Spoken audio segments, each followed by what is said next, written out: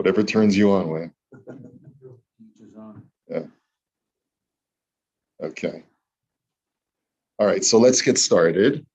We were learning, so the last thing that we learned yesterday is that the food benefits that are provided for you on the job cannot be converted to cash equivalent to say, well, I'm not going to eat them so that I can pack them up and take them home and give them to whoever I want.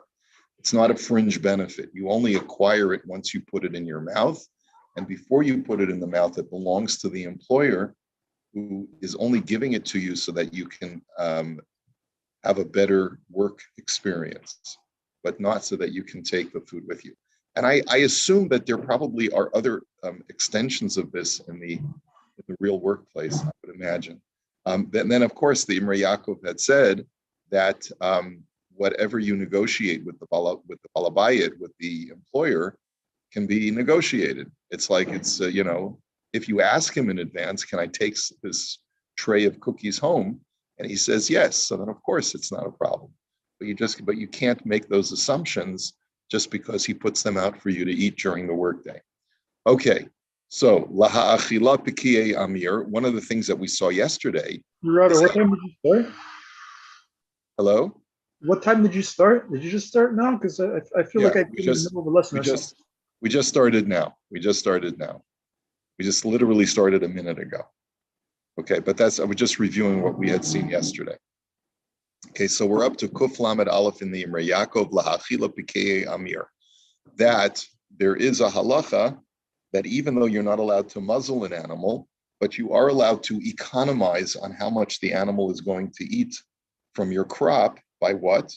You could feed it hay in advance to fill its stomach so that when it's going to the harvest of your grapes or your olives, let's say, it's not going to be hungry and it's not going to want to eat. We also learned that the animal owner or the worker, the human worker himself, could also skip breakfast, knowing that he's going to have a lot to be able to nibble on out in the field. And that's perfectly legitimate. And there's no violation, there's no ethical or halachic violation. Okay, so lahachila pikei amir, rotzalomer kashin shel shibolin. So this refers to the hard stalks of the hard stalks. I guess, I don't know if that's straw or hay. It sounds like it's straw, based on the fact that it's sort of the leftover of the wheat harvest. And through the animal filling itself up with the straw, it won't any longer be consuming the wheat kernels that it's trampling on. In other words, let's say you have an animal that's working the mill, okay, or that it's pressing down on wheat kernels to remove the chaff from the wheat. But so it's going to want to bend over and start nibbling on stuff. So in order to avoid that, you feed it a whole bunch of the straw first so that it's full. He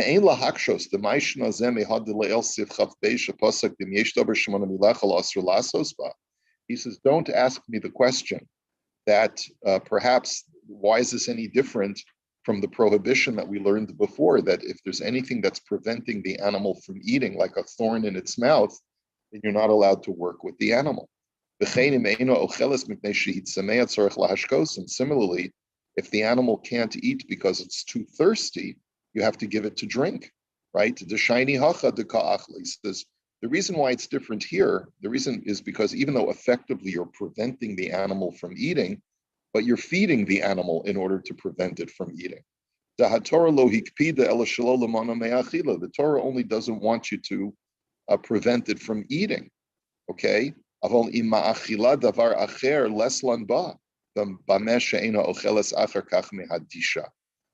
if you're feeding the animal, and that's the reason why it's not hungry, right? Because it's well fed, so then you're not doing anything untoward.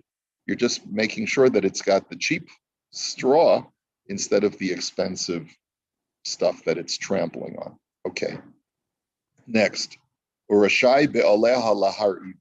contrast, the owner of the animal is allowed to starve or just, reduce its feed before it goes to work, knowing that the animal will have what to eat at the workplace. The low dummy, Lamash, and I guess you could compare that to a guy who says, oh, we have, I don't have time for breakfast, honey, but don't worry, we've got Nutri-Grain bars in the office, right? So I'll have plenty to eat. I'll just have an extra Nutri-Grain bar. So that's fine, right? Below dummy lamasha kasav le'el sivchaf de'ein hapol rashai lahariv atzmo mishum shuhu machalish atzmo. It's different from what we learned before when we learned about employee obligations to an employer. An employee is not allowed to fast, and thus weakening himself, because then he's going to have a compromised productivity. He says it's different over here, lo yuchal lasos malechas balabayis b'koch, because there the issue is that he's not going to be able to be fully productive. The shiny hacha dikra achilas behemus biyase hi mehatvua. He says over here the animal will be able to eat and be sated through the wheat. Hilchos avshamar iva tchila, and therefore even if you're starving the animal first, mikol makom miyad shenichneses ladush ocheles mehatvua shebaladushba. But it's okay, because as soon as the animal comes onto the granary floor, it's going to have it'll have a really good breakfast, and it'll be eating very well. The choseres lekochen, it'll get its strength back. Ma she'en kein bepoel sheikar mezono shelo sheyish lokoch mihen ze eno mehakerem. But by contrast, a worker, let's say he's going out to work in the vineyard, you can't say he's going to get his primary nutrition from the grapes. If you just eat grapes all day, probably get diarrhea, plus you'll probably get a sugar high. What else would happen if you just ate grapes all day? Right? Okay. So it's, in other words, that's not his primary nutrition, and it's certainly not going to help his productivity if he gets the runs in the middle of the day. So hilkach asur lahariv nashum mizanos ha'yikariyim, and therefore a worker is not allowed to starve himself or deprive himself from eating a healthy meal that he needs for his basic nutrition. So let's say all they have in the office is potato chips or gummy bears, right? And that's all they have. You can't say, well, I'll skip breakfast and I'll have some gummy bears in the office. That's not going to help you. Okay. There are those who disagree. Some poskim say that a human worker is also allowed to skip breakfast if he knows that he's going to be working in the vineyard and can nosh on grapes the whole day, since he has what to eat in the vineyard. And therefore it'll provide him with the basic calories that he needs to work. Therefore, according to this latter opinion, he would be allowed to skip breakfast so that he'll have a better appetite out in the field. Okay, just be careful. Okay, another thing that you're not allowed to do is to eat achila gasa. In other words, if you're already full, because you've either had a good breakfast or you've already nibbled sufficiently on the grapes, you're not allowed to eat what's called achila gasa. Besides the fact that you're never allowed to eat achila gasa, which is to stuff yourself after you're full. But like we learned yesterday, people always eat dessert. But when it comes to the employee's rights, you only have a right to vanquish your hunger. You don't have a right to eat more than what you need in order to be sated. And it's based on the pasuk. It says,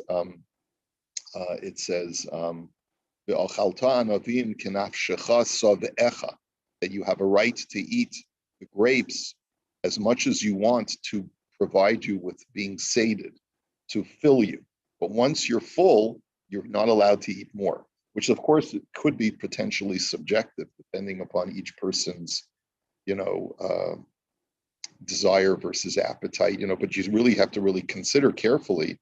If I'm about to eat a grape now and I'm pretty full, I could potentially be over on Geneva if I eat more grapes than I need in order to be sated.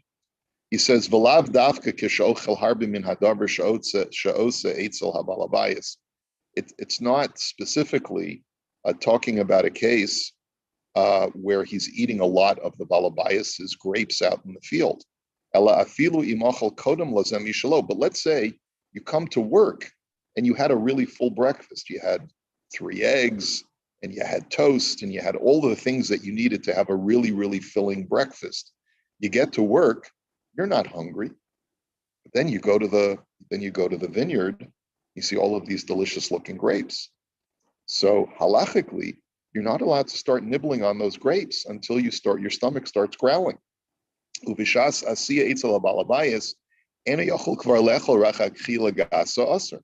therefore, if by the time you get to the field to work, you're already full from your own breakfast, then you're not allowed to eat. The Torah only gives you the rights of eating if you're hungry, but not if you're already full and you just want to pop a few in just for the heck of it.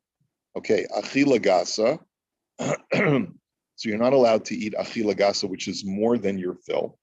Avol muter lo lamalos kresa, but you are allowed to eat to the point of being full. In other words, don't think that you're only allowed to eat enough so that you're not starving. No, you're allowed to eat to the point where you say, I'm mamish full. Okay? He says, V'geder achila gasa nira da'inu shekvar savea me achilaso ve'eno ochel etayavon. How do you gauge what achila gasa is beyond that point? Is where you're already full and you're not eating out of a desire because of hunger. Which is, of course, again, very subjective. It's not that easy to gauge, especially in today's world of luxurious food. You know, all you have to do is watch a video of someone preparing a meal online. Then all of a sudden you say, oh, I could eat that, right? It's the worst thing, by the way, to watch these videos of people preparing food because it just automatically makes you hungry, even if you're not hungry.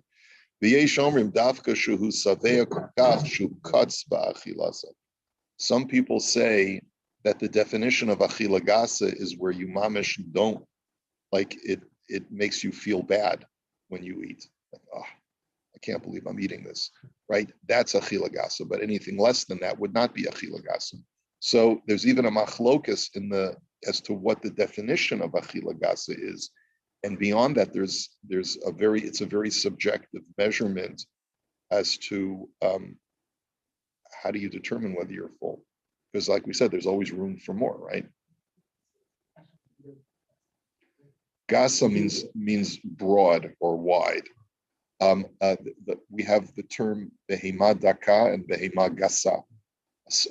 Behema daka are sheep and goats, thin animals, and behema gasa are thick or broad animals like cows and donkeys and things like that. So achila gasa is broad or coarse. Maybe coarse would be another way of describing it. I'm not sure, but it's going beyond what you need, going beyond what a normal person would eat in any particular meal. Okay, just see if there's anything else for us to see in this halacha. I think we're pretty much covered. We'll start the next halacha, even though we only have a minute left. Hashomer Peiros Telushim. You know what? I think we'll hold it for today. Let's go. We'll get ready for davening. Everyone have a good Chodesh. Telushim they're already uprooted. They're already picked, already harvested.